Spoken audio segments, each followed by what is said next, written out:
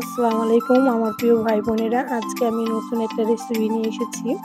তো বিক্রমপুরের রাজগোল্লা পিঠা আমি আজকে বানাবো। তো এদিকে মিঠাই, দুধ, চালের গুঁড়ি আর নারিকেল নিয়েছি।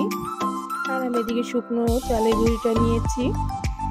তো আজকে আমি পিঠা বানিয়ে দেখাবো, তো সঙ্গে থাকুন। তো আমি এদিকে পরিমাণ মতো লবণ দিয়ে দিয়েছি। আর লবণগুলো ভালো মতন আমি নেড়ে নিচ্ছি, যাতে চালের গুঁড়ির সাথে সবগুলো মিলে যায়। আর এদিকে আমি নারকেল কুচি কুচি করে মিঠাই কুচি কুচি করে কেটে রেখেছি। তো মিঠাইগুলো আমি দিয়ে দিচ্ছি। আর মিঠাইগুলো আমি চালের গুঁড়ির সাথে ভালো মতো মিশিয়ে নিচ্ছি, যাতে সবগুলো চালের গুঁড়ির সাথে মিশে যায়। আর মিঠাইগুলো ভালো মতন আর কি মিশিয়ে নিতে হবে।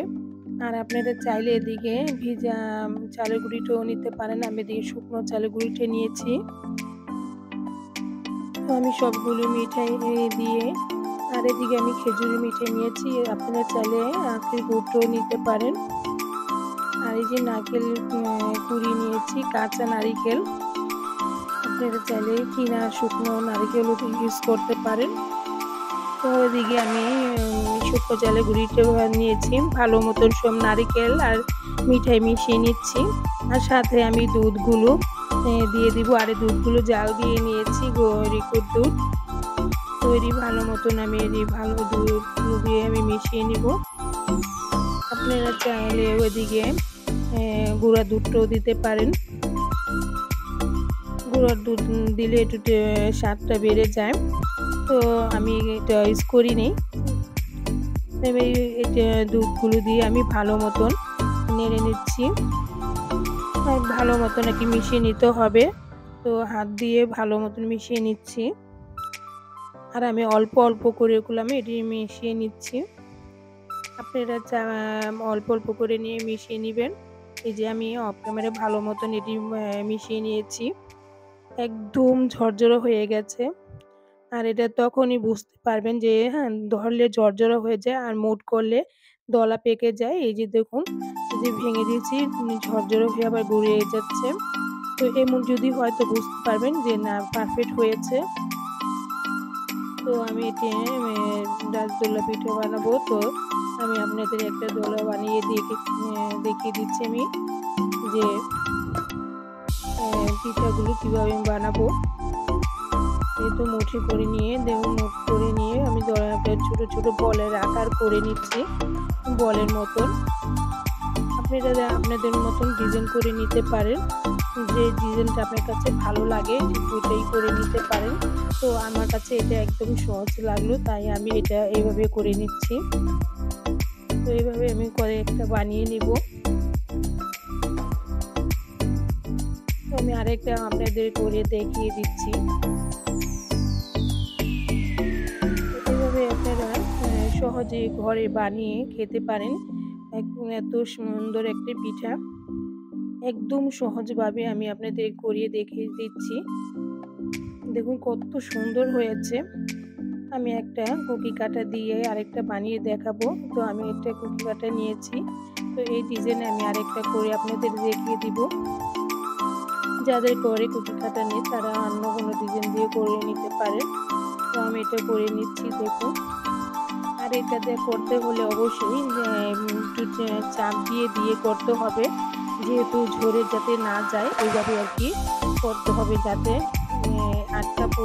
আটকে লেগে এটা ভালো মতন আটকে থাকে। তো এভাবে করলে দেখা যায় সহজে ভাঙবে না।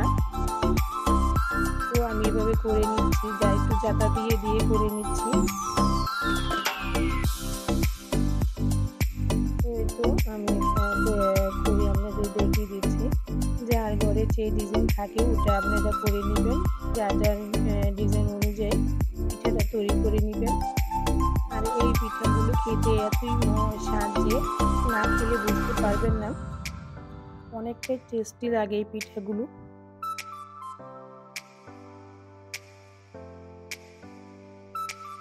পিঠাগুলো বানিয়ে একবারে ট্রাই করে খেয়ে দেখবেন। তো আমি এই যে একটু চামচের সাহায্যে আমি একটু জাতা দিয়ে নিয়েছি।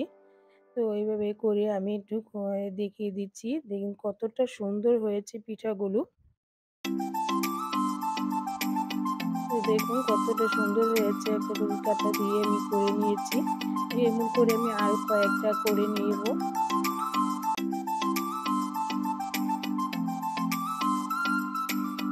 কয়েকটা আমি করে নিয়েছি। আপনারা এটা করলে আপনাদের ডিজাইন অনুযায়ী আপনারা করতে পারেন। যদি আপনাদের ঘরে অন্য কোনো ডিজাইন থাকে করে নিবেন। তো আমার কাছে এটাই সহজ লাগলো তাই আমি করে নিয়েছি। এখন আমি চুলায় ভাপিয়ে দিয়ে দিব।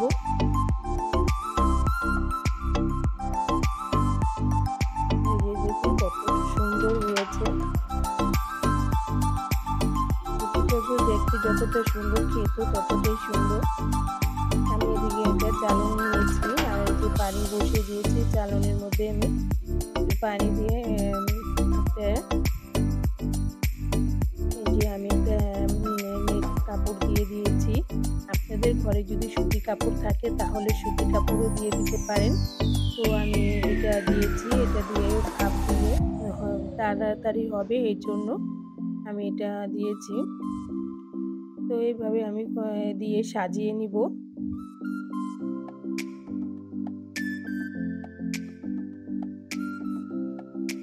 এখন আমি একটু ঢেকে দিয়ে দেব।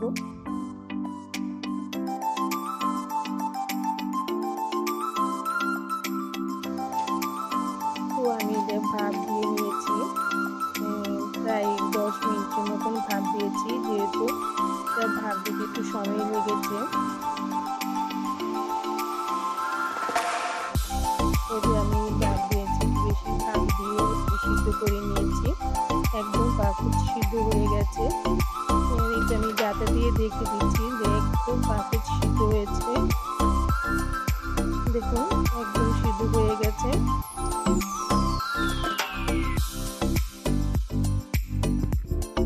তো সবগুলো আমি নামিয়ে নিয়েছি। দেখুন দেখতে কতটা সুন্দর হয়েছে। দেখতে যেমন এটি সুন্দর, তো খেতে হলে অনেক টেস্টি ছিল। তো একবার হলো বাসায় ট্রাই করবেন। আর যারা আমার চ্যানেলে নতুন এসেছেন চাইলে একটা সাবস্ক্রাইব করে আমার বন্ধু হয়ে যেতে পারেন। আর এই যে আমি একটা ভেঙে দেখেছিলাম, তো অফ ক্যামেরায় ভেঙেছিলাম, তো ওটা আর কি আর দেখানো হয়নি। তো এই যে আমি ভেঙেছি। তো এটা আমি খেতে গেলাম দারুণ স্বাদ। একবার হলো বাসায় ট্রাই করে দেখবেন। তো সবাইকে অনেক অনেক ধন্যবাদ যারা ধৈর্য করে দেখছেন আমার ভিডিওটি।